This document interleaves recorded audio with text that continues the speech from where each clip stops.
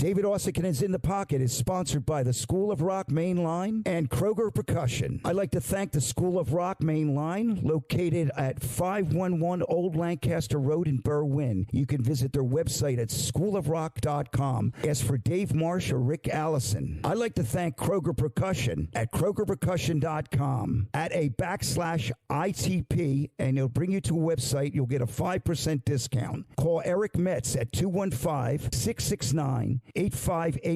That's krogerpercussion.com.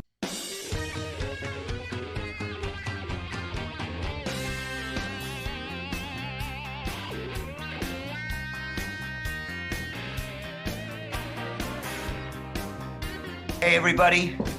Welcome to the David Uosikkinen in the Pocket podcast. Coming to you from beautiful Tuttlingen. Am I pronouncing that correctly? No, we're in Wormlingen. Oh, well, we're playing tomorrow in Tuttlingen. Tuttlingen tomorrow is a 10 gig. So this is a first for the In the Pocket podcast. We're in Europe and we've been here for a couple of weeks, and John has this really cool project that is fantastic, and he's worked with some great guys, and I love John, and I've been dying to have him on the podcast at some point, but I can't get him because he's always working and doing cool stuff. So before I'm going to stop right there. I'm going to say hi to Fred real quick. Freddie, how you doing, brother? What's up? Good morning. Good afternoon. Good. And Daniel, whatever. How are you? I'm great. How are you? Well? Good. Thanks for having me. And let me give you a proper introduction to my friend here, the one and only, the best dressed man in rock and roll, the one and only John Lilly. Thanks. Welcome, Dave. John. Thank you. Thank you. The In the Pocket podcast. Love you, guy. Hey, Yeah. we're at this place called Hotel Traub in Wormlingen, Germany. It's like it's near Switzerland and Liechtenstein, about an hour north of Zurich. So we're like in this like beautiful chill out country because we need a day off. So we've been hanging around the spot. Yeah. Cool. Yeah, I did the whole Finnish thing with the sauna and the cold tub and stuff like that. I'm kind of in shock, but it's 5 o'clock here, 11 o'clock back there. And, it's really awesome to see you guys and hear your voices, a couple weeks away. It kind of flies by, but at the same time, it's like you're trudging. You know the deal, right, Fred? Yeah. Oh, yeah. You get it. Absolutely. You get it. Yeah. Yeah. So, John has, he's in the Hooters. He's got he's busy with doing that, and he's got a bunch of outside stuff he's been doing. He's got a solo career. He's an amazing guitar player. People use him on records. What are you laughing about? You're incredible. Oh, You're great player. And now he's gone opened another path, it's like, he just keeps on surprising people and doing these great things. And he's created this project with Brent Edmondson. That's right. And Daniel Gallery. And you're working with doing film scores. Mm-hmm. And kind of like getting into the movie business and create music and orchestration and things like that. And what the hell were you thinking? It's funny. I wanted to do something different, I guess, pre-COVID. Yeah. And I was looking for some different sources of people to play with. And Dan just randomly emailed me one day and asked me if I could teach him how to use Pro Tools, because I was teaching privately. And he said, I'm a classically trained or a conservatory trained classical pianist and conductor and studied orchestration. And I was like, well, I kind of teach guitar players. But then I had a conversation with him one day. I was like, I would like to have a really good keyboard player to work with and teach and show him how to do Pro Tools. So in the process of learning Pro Tools, he had to write things and compose music. And I was like, oh, well, I want to throw some guitar on this.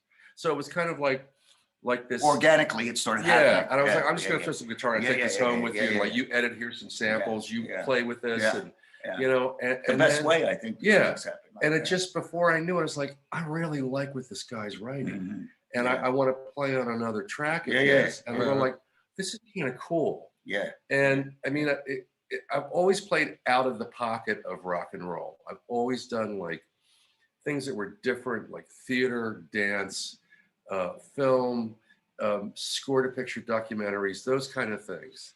And that's what floated your boat all the time. That's I've something like always that. done Not that you can't do the other thing. It's that No. you're always like almost like an avant-garde kind of thing going on, which is so cool. Something completely out of the sandbox. Of what, you know, and I like the idea of juxtaposing different genres.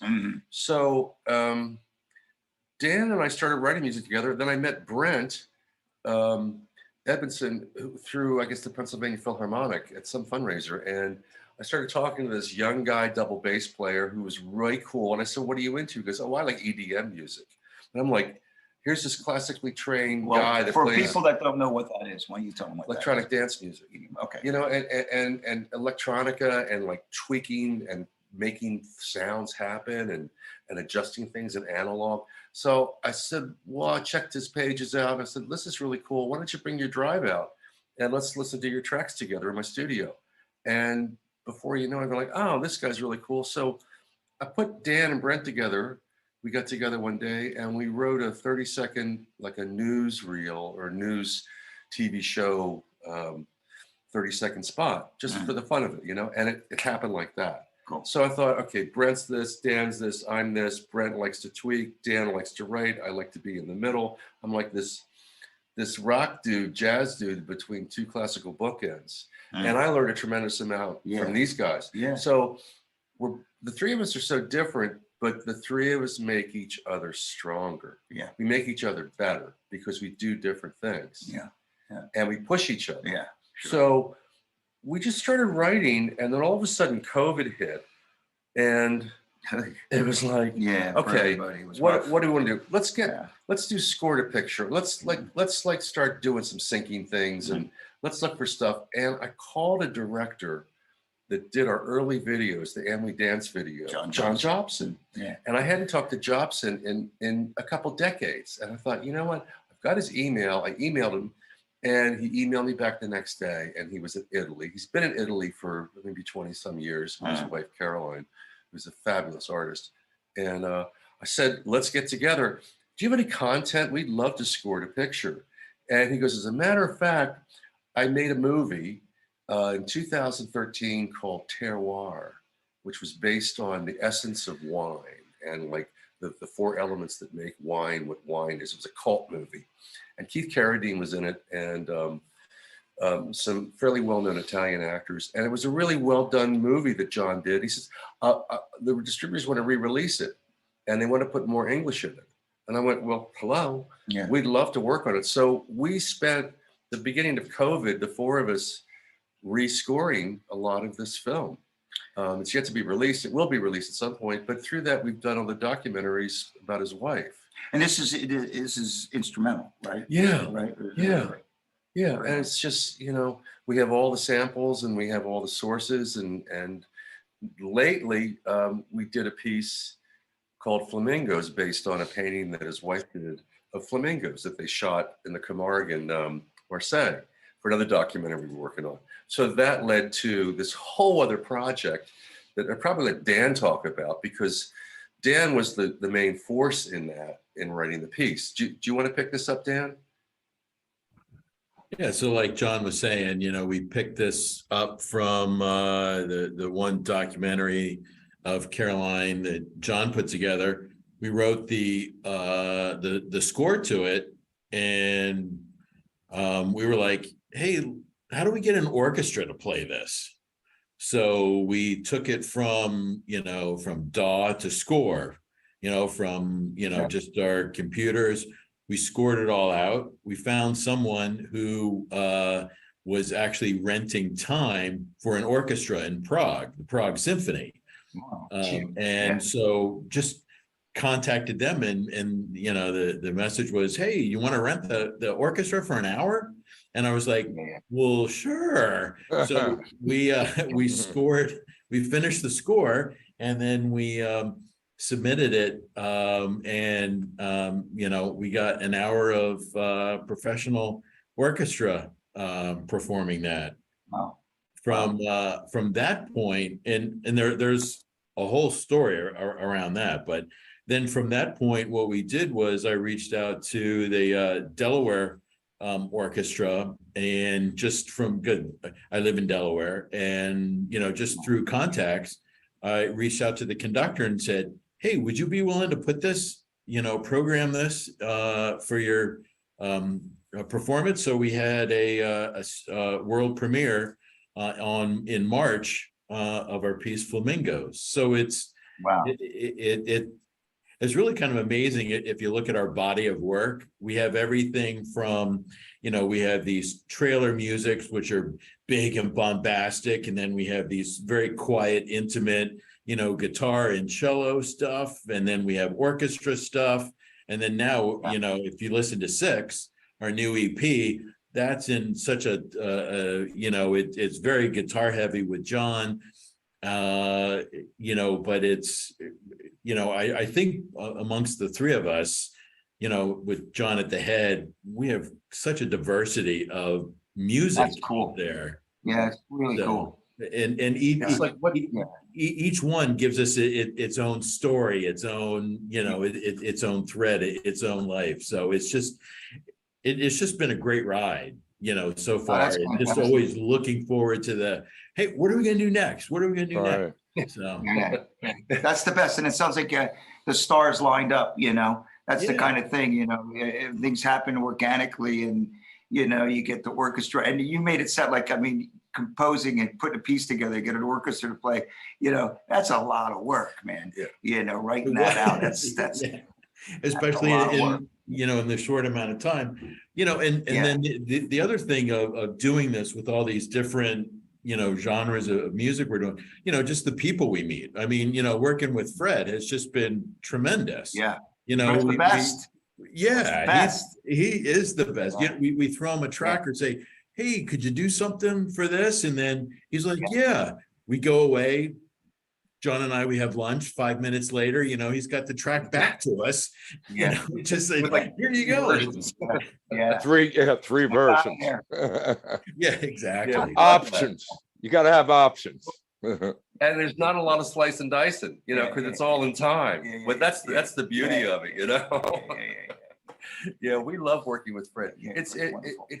It's really diverse, and we initially, I guess, we spent a lot of time on like the classical, more score, cinematic, orchestral kind of vibe, and this last record, Six, does feature more guitar. So why Six, though? Tell me why. Where'd you come up with Six? Brent came up with that. All right, Brent. Hey, Brent's not here. We'll have to ask. Ask Brent. You guys know where Six came from? We do.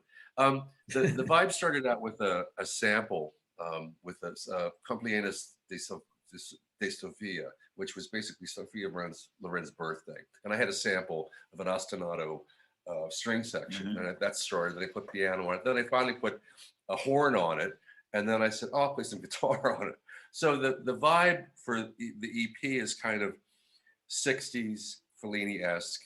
Sophia Loren hangs out, goes to meet her boyfriend Chet Baker, the trumpet player. She's driving her Alfa down the Alfa Romero down the Amalfi Coast, to a little taverna, and then James Bond shows up, and it's in a casino in Monte Carlo, and that's was Movimento is called motion in Italian.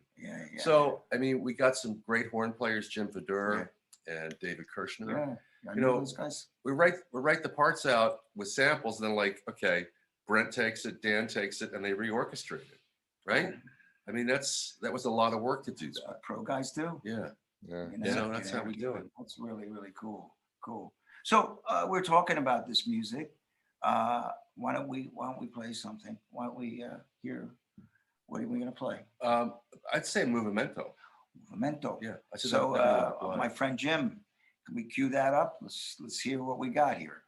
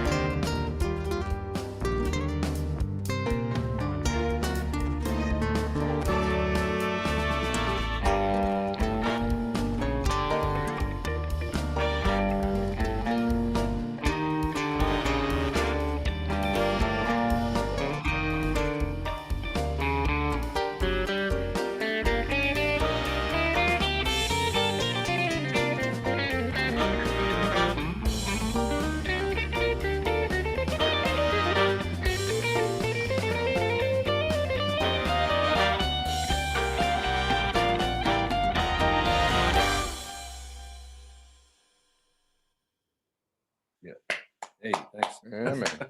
Bravo, man. That's really cool. Yeah, John was talking about, car. I was just listening as a listener, I could hear RTI, this late night jazz stations playing that, man. It has a real vibe to it, Thanks. It's really good. I get my jazz Guitar head playing, out, really good. So, Really, really nice that the way between the guitar and the horns, everything sounds really cool, man. the idea was to make it really transparent Yeah. and not all like a million guitar notes and stuff, Yeah. but I wanted to have Yeah, it's got class, man. It's good. everybody talking to each other. Yeah. And that's what, Dan and Brent really brought the horns out. That was Dan's idea, Yeah, make yeah, the yeah. horns Yeah. kind of forward. And I love the like baritone. it. Yeah, the Barry is great. It's Dan. awesome. There you go. Never have enough Barry. It's good. Yeah, man. Yeah, I'm a fan too. I love that stuff. If you hear it in anything, it's wow. Yeah. Yeah, we used to, there was a lot of discussion when we were in the studio and recording it. And then after we recorded it, they were like, oh, I think we should cut this. I think we should cut this. And I'm like, stop cutting the Barry sax out. That's like the best part of it. And this is when you say it in the studio, you're talking about being at Elm, Yeah. correct? Yeah. With Brendan. right? Yes. Which is like a great room. I think we talked. It's funny, Fred. When they were playing that, I was thinking about because we've had an eclectic group of guests on the podcast. Yeah. Initially, we just had, it was drummers and stuff, but Right. like Daniel Glass, and I don't know if you're familiar with, he's a jazz, swing, bebop drummer, monster player, beautiful. And I was listening to this record, and I was thinking about Daniel, that he would love this stuff. Right. Kind of, Right. classic sound, yet new. You know what I mean? I really Yeah. like what you're doing with this. It's cool. So it's great working with somebody like Brendan. He's such a He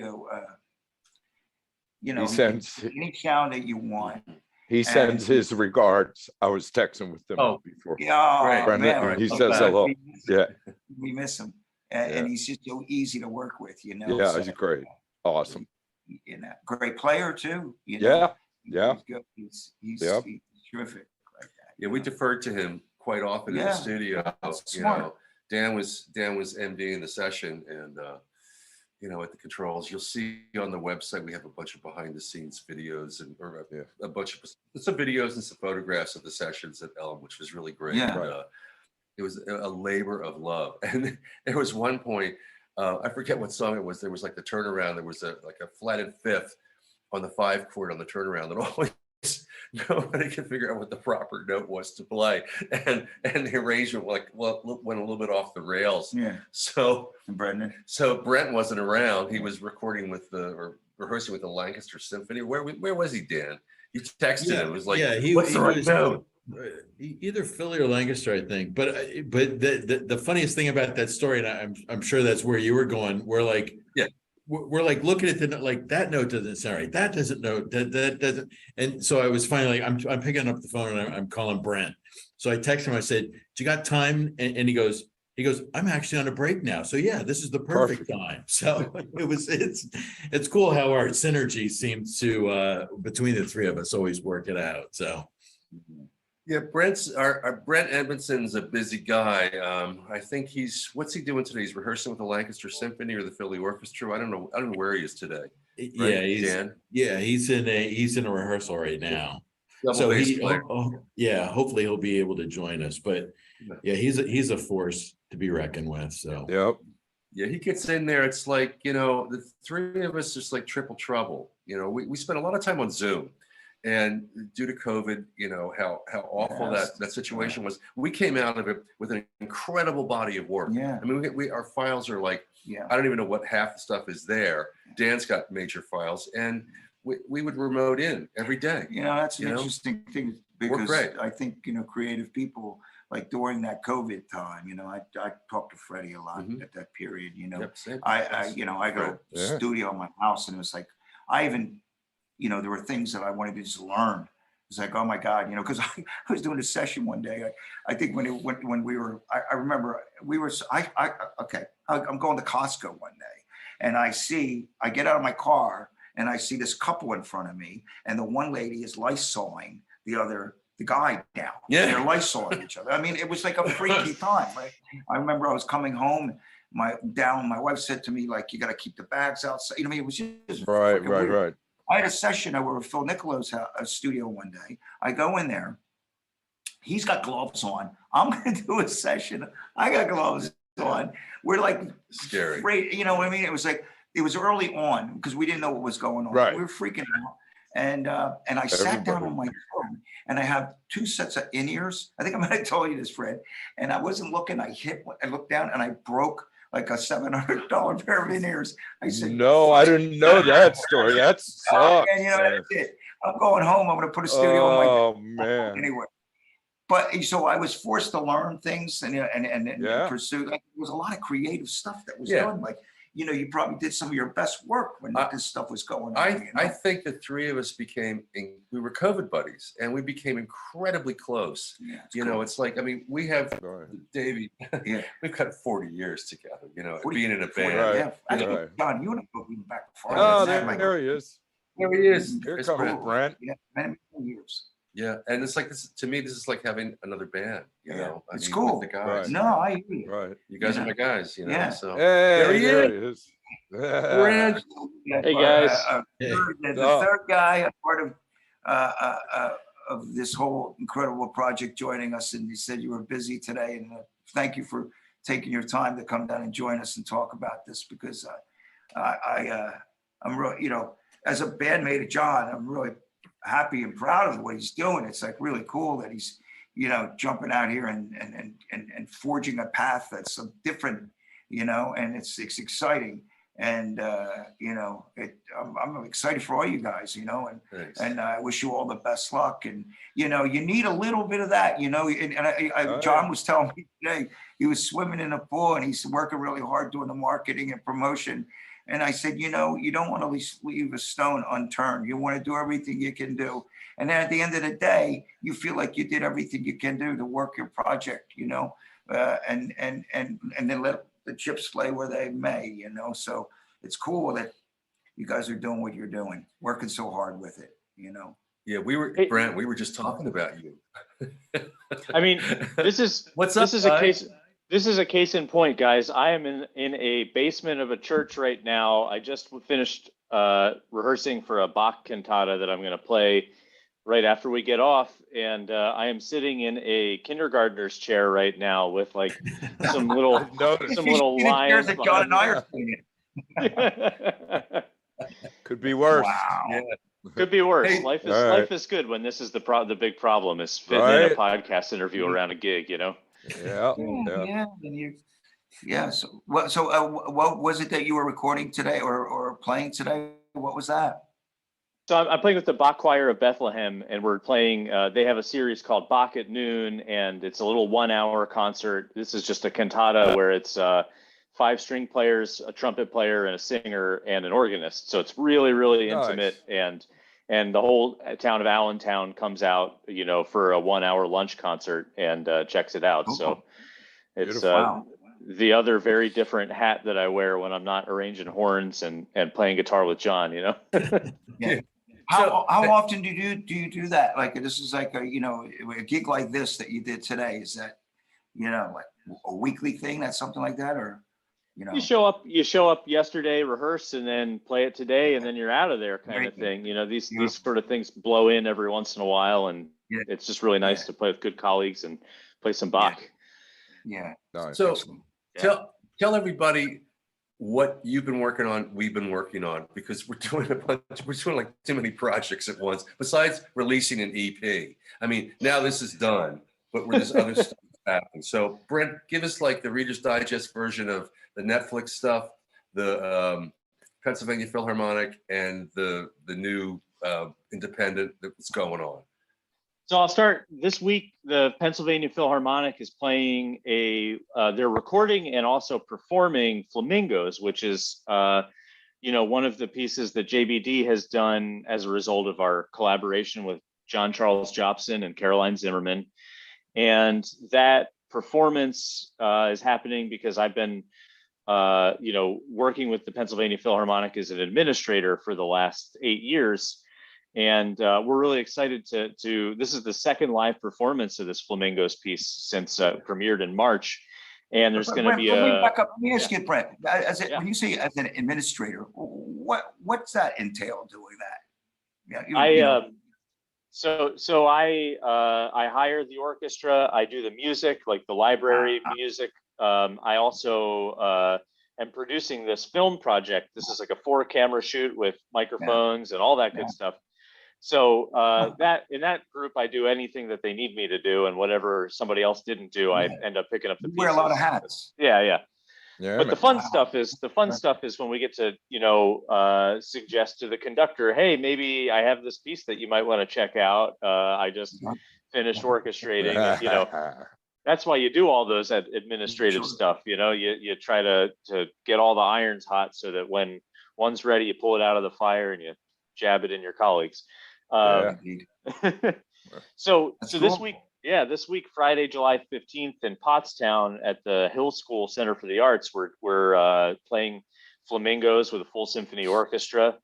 And that video of that will come out probably sometime in September, and everybody will be able to see this piece in action, as well as, listen to it on Spotify in the meantime.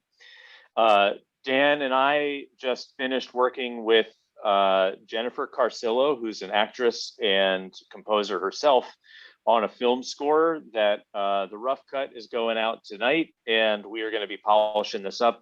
A little sci-fi film called Bad Day at Botmart. And, Dan and I have been working furiously for the last 4 or 5 days. We actually started this score with no picture. Nothing had been shot at all. And we just started thinking, oh, here's the script. I think it might sound like this, and, getting that ready. Wow. And then the conductor says, no, that's not it at all. That's terrible. I hate that. And then you just start revising until you get something somebody likes. And, we've really been missing John on the road, because one of the things that John does when Dan and I work together is he's like the Brian Eno chaos agent. And, you start writing something and John's like, wait a second, let me cut out this 2-second snippet, turn it around and slow it down, and let's see how that works. And honestly, that's the thing I really think that's been missing from this project currently. We're really, we're happy to share him with the Hooters, but we're excited to get him back so we can start messing our stuff up again. We're really happy about what he's doing. Like me, like when I heard about this, and now the more I learn about musically when I'm listening to it, it's again, it's a very eclectic piece of music and a diverse group of musicians, and it's really, really exciting. And man, everybody's doing their thing, in this band. Like what Rod John was saying just before you showed up, we've been doing this for 42 years, and it's a long time. And sometimes you do need things to do to kind of give you, and then you come back and it kind of gives you juices for what you're doing. And you actually need it, to be honest with you. You do something, that same thing over and over again. I don't know, it gets stale, and to hear what you guys are doing, it seems like it's just, I see John last night playing on stage. He's got to be exhausted because it's a lot of work, going up there performing every night, but he plays beautifully, dynamically. I was just telling him last night after the show, he was doing something he never did. Like I saw him, I've been playing for 42 years, and last night, and he's playing. And I said to him after the show, I said, you were doing this thing, like Freddie was doing this like Keith Richards kind of deal that he never did before. He always does cool stuff. Right. And it was very simple, but it just kind of made, for me, it made it feel like I'm grooving, and it just felt like it just made just a little more exciting for me. It's hard not to get excited when you're playing in front of a packed crowd. Where were we, in Berlin? In Berlin, we burnt Berlin down. John's always fun to play with, as you know. We have fun. He has a blast. He's a wild man. He's a great player and a great person. So always makes it that cool. So that's a great thing. So. There's nothing but love. It's a love fest out here on tour, I got to tell you. It's just unbelievable. I've been posting. Give it another week, though. No, we take care of each other. It's really great. Yeah. You have to. What else should we talk? There's so much stuff to talk about. I got. You listen. I did a little bit of homework, you know, when you Oh, when you great. sent me stuff, but you know, I mean, you know, you talked about this. Well, listen, the release is big, you know, so Yeah. you know, getting that out there and working it, and it's different. I find it interesting because I released the record, and I don't know if you guys with what you do, it's a different approach, but at the same time, you got to get, you know, it's like someone earlier mentioned networking, you know, as an administrator, and and I think Daniel mentioned it earlier. It's like knowing these people, and sometimes you get lucky and the stars line up, but you got to get out there and get the word out.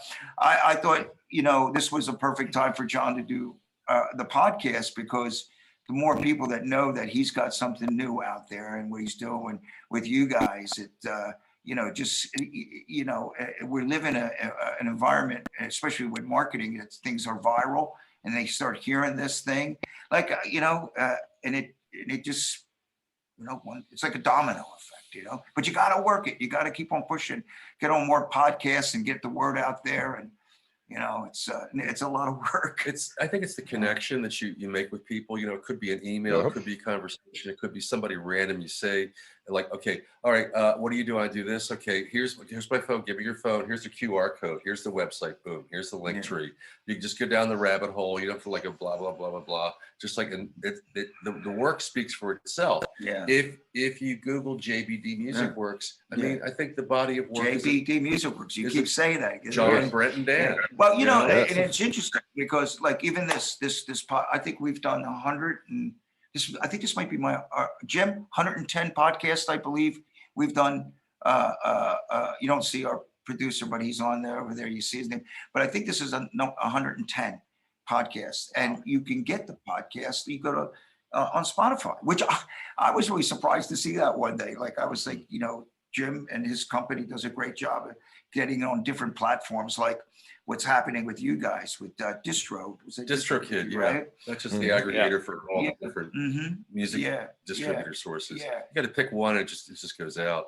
We're living in a different, I guess, environment for artists. You know, like when the internet happened, it was like it leveled the playing field in a sense that everybody could get their music out there.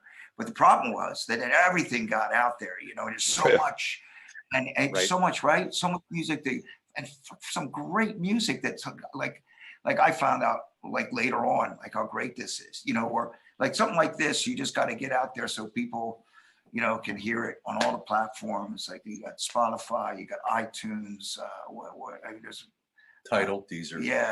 Deezer. Amazon. Right. Apple exactly. Music. Yeah. It's just all there. Well, you know, one of the things that's funny about what you're talking about, the democratization of music and the way everything is out there for everybody to see, is we as musicians, when we're making the stuff, we don't want to have to talk about it. We want to let the music speak for ourselves, and we want people to just kind of stumble on it. But it's only like a tremendous amount of work and effort to get people to know about it that it ends up getting out to anybody at all. And you know, it's a way of changing how you think about talking about yourself. And it's not, I'm so great, I'm doing this thing that you're gonna love. But you start having that conversation, and everybody's like, I want to know what you're doing. You seem like a cool person. What are you up to? Wow, how can I support you? How can I follow you? And it's easier than ever. But it's also, you know, if you tell them go check this out, 9 times out of 10 they won't. So you got to push them a little bit, and you got to give them teasers. You got to give them ways in that make it easy for them to want to listen.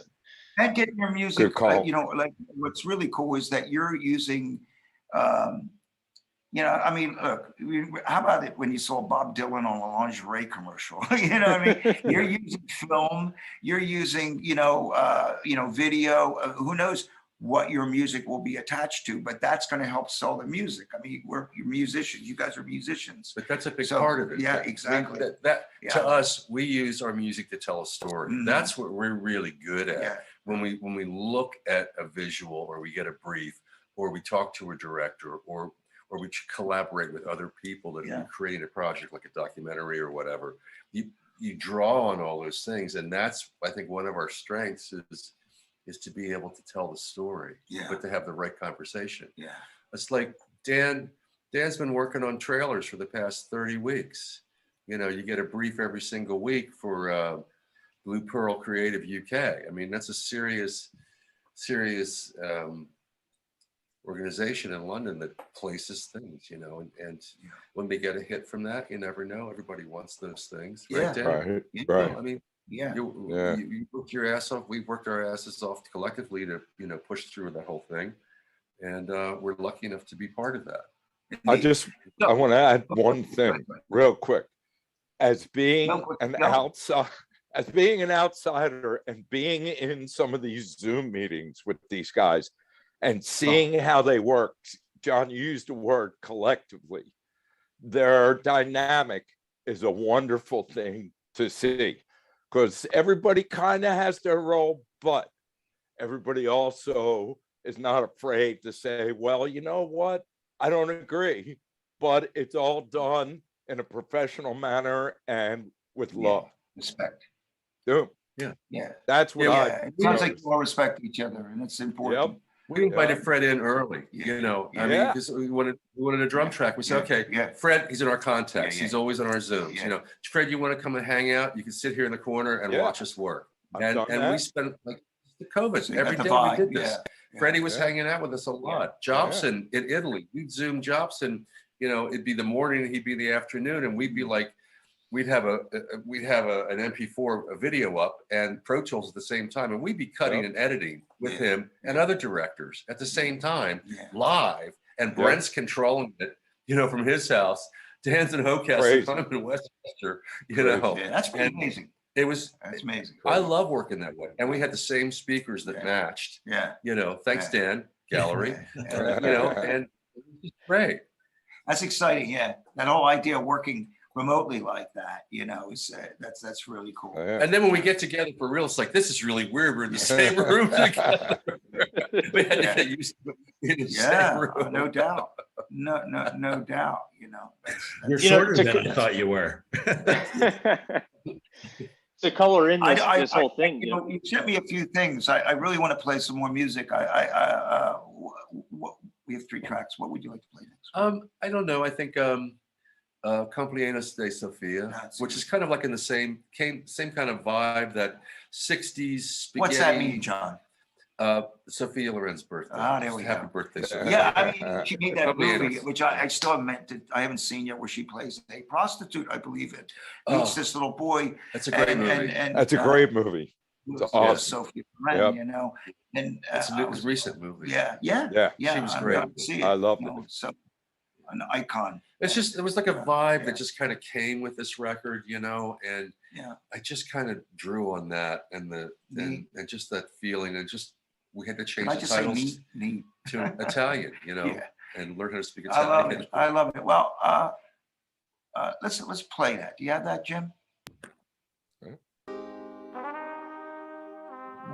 Yeah, this is great. Thank you. That's great. I have fun too. I get the hell out of myself. It's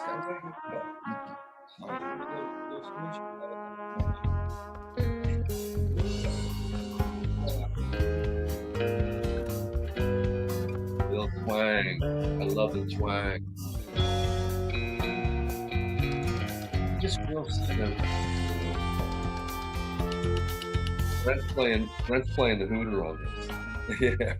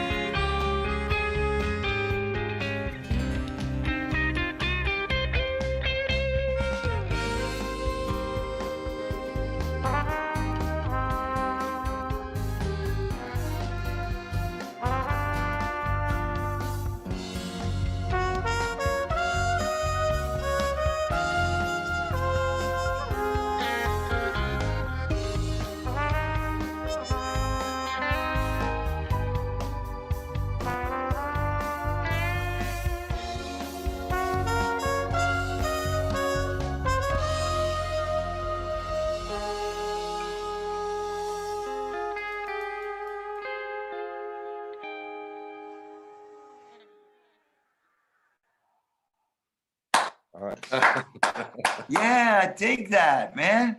That's terrific. That's really great. It's really You great. know, a big shout out to both Dave and Jim, who the Oh, yeah. horns and Great sax. I job. mean, it was, you know, we're in the studio. We first we have it sketched out. Brent, you know, finishes, you know, does the orchestration to it. We get in the studio, and then as we're listening to it, we're like cutting and pasting with like real people. We're like, no, you know what? Play that again. Could you do that up an octave? Oh, could you do that? Could you do this? It's just so funny. So those two guys were so great to work with when it, you know, came to this. And then I think at one point, you know, even Jim on the sax was like, he's like, hey, do you mind? I have an idea. Do you mind if I just play this the way that I want to? And, you know, sure enough, it made it. But it was, you know, those guys were just such a great, you know, two great guys to work with and just flexible. I'm not sure if every session happens like that, but you know, they certainly You know, were. I've used them on stuff, and they're always great. You Yeah. know, they're always great. So you know, guys that come up and they're just into it, and they're a joy to be around working. That's it, man. You know, it's well, it sounds wonderful. It sounds really, really great. So talk a little bit about, you know, you're promoting the record, you're doing the record, you're not going to do anything live. So there isn't any really, your whole approach will be, you know, get the word out on the internet, maybe some film guys or something will see it. So it's kind of a long-term thing to see, you know, because it's already a success. Because to me, like, if it's, you know, you hear it and it sounds great, you know, that's wonderful, you know. And then maybe down the line, you know, it's a music, sometimes art, you know, it doesn't really kind of, sometimes it takes time for it to really hit its mark, you know. I think it's connecting the right people. Yeah, you know, it's the people, the contacts that we've made over the past couple of years, the people that I've known forever. You know, the people that I feel are organic. You know, trying to push the envelope too much with them.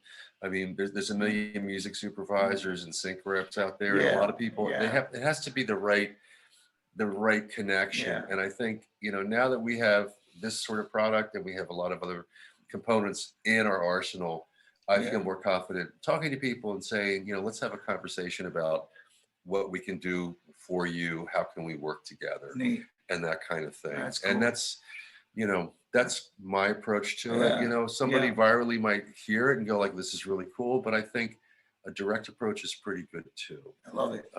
You know, and you never know what'll happen. I love it. Yeah. You know, the whole reason that we're making this stuff is because we like this stuff. You know, we're doing this because it's making music that we want to hear, and we're working with people that we want to work with, you know, bringing in Freddie, bringing in Jim and Dave, and, you know, at the end of the day, it's great when people connect with it, and people do when they hear it, you know. So, you know, we aim for that, but really at the end of it, we're just doing this for us. And I met John, you know, I was playing an orchestra concert, and I was so burned out on playing the bass in an orchestra, and he just was there, and he was like, hey, bring a hard drive, let's do this. That's what I said earlier. He told that. And you know, like, tell the story again. I'd love to hear it from your side of it. Well, you know, just the way it all came together. It was like Did you know John at all? Like any of his like playing his, you know? I grew up in Delaware, so I grew up in Delaware, so I knew All You Zombies from Pierre Robert's show on MMR. You know, like I was culturally aware of it. My parents participated in the Hooters high school competition and everything, you know. But it's great. I know. But really, cool. I mean, it was John was somebody who met me and saw that I was into like synths and trying to figure out electronic stuff. Right. And even beyond, you know, knowing the Hooters, it was just like, here's somebody who's sympathetic to what I'm going through and is kind of looking to do a little bit of what I'm doing. And that synergy, you know, it didn't matter what we produced. It was just, let's work together. Let's like collaborate. Let's have some fun. And the whole project has really been that from day one, is let's just do stuff together and make things that we like with people we like. Right on. Well, keep doing it. It's for somebody who's just becoming a fan, what you're doing. Keep doing more. It sounds great. It's really, really great. And these kinds of things, don't happen by, you gotta want to do it, meet people. It's great how you guys connected, all of you. Yeah, I think it's really synchronistic. It just kind of, we just felt, this randomness of it, and it was just like, total strangers, and like, okay, let's just, I take my wall down. I don't give a shit anymore. It's like, if this person's cool, they're cool. Let's see what happens. Yeah. And it's just like, wow, this is really good. I mean, this is my other band. Yeah. I mean, these guys are my guys. Gotcha. And I had actually met Brent through a podcast around the same time that you guys were putting this together. That's right. Oh, right. Brent, was it your podcast that I did with you? Yeah, the Right Fiction. It was around the time you guys were, I think, around the same time. Totally. So talk about random. That's wonderful. Take every opportunity out there to get the word out. I'll certainly spread the word. It's so excited that you guys can join Fred and I today, and Jim, because we just, we love what you're doing. Before we leave, I think, our friend John's husband, Bobby, brought up the fact that, listen, man, you got to promote I'm in a hotel. We're doing this from my hotel room, and we're here in what was the town? This is Wurmlingen, Germany. So I'm going to give them a plug. We're in Switzerland. We're between Switzerland and Liechtenstein. This is an hour and a half north of Zurich. We are right now. Tomorrow we play in John sent a tent, but it's a big ass tent. Yeah. It's sold out, and it's right by a castle. It's right? a castle, yeah. Yeah. Nice. It's a beautiful town, and the one thing that I when I get to Europe and play. Freddie, I know you've spent a good amount of time playing over here. The audiences are amazing. They just they love music, and they always have. And you could see, like the fact that it's coming back and people can get out and play. They just are so happy to see you. You know what I mean? Frankly, I feel like we're pretty much kicking ass when we get out there and doing our thing. Nice. But I think they're just so grateful to see live music again, and we're having a blast. It's a beautiful day. Yeah. It's people singing the songs together, singing the words together, participating in something with a community. It's cool. Hey, you know what? Come over here, Bob. Come say hi. Bob's with us too, because Hey, Bob's Bobby. actually a director. I'm honored. He's never saw the podcast before, and he enjoyed himself. And now he's in it.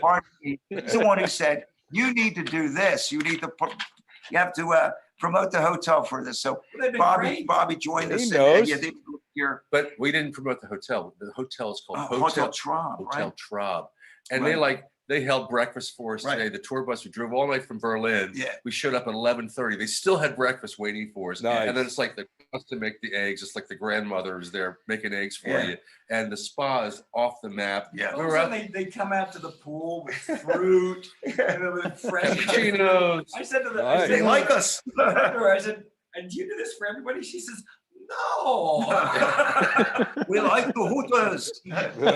So it's been great. I was speaking Spanish to one of the housekeepers, Chris, and singing Johnny B to her. She goes, "Oh, I know that song." Nice. And the hotel's been really It's been great. So what else, Dave? I just want to thank JBD Music Works and all the best. Congratulations on this record. Thank you. Freddie, I love you, man. Love you too, brother. Good to see you, bro. Always. We're still out for about almost another month. 4 more weeks. And Keep but kicking. it's kind of cool playing like that. Like as a drummer, 4 weeks you start getting a groove and playing everything. I'm even clicking there, Lucy in the Sky with Diamonds with these guys, which is wild. Hey. These guys are doing it and they're playing great. You get in a groove. As After you a guys while, do. you probably aren't even hearing that click after a while. Yeah, yeah. Bury, You just bury the click. You're burying that baby. Exactly. Yeah. Hey, can I, guys? Yes. Can I ask my guys if there's anything else they want to say Yes, to wrap indeed. up? You want to jump in with anything we've forgotten, or shout out anything? Please. Dan, Hey, we're come on. just Man.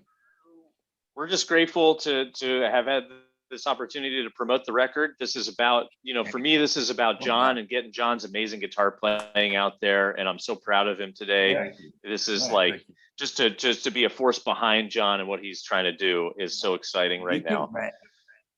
Wow. Yeah. All right. What's Cool. the next record going to be, guys?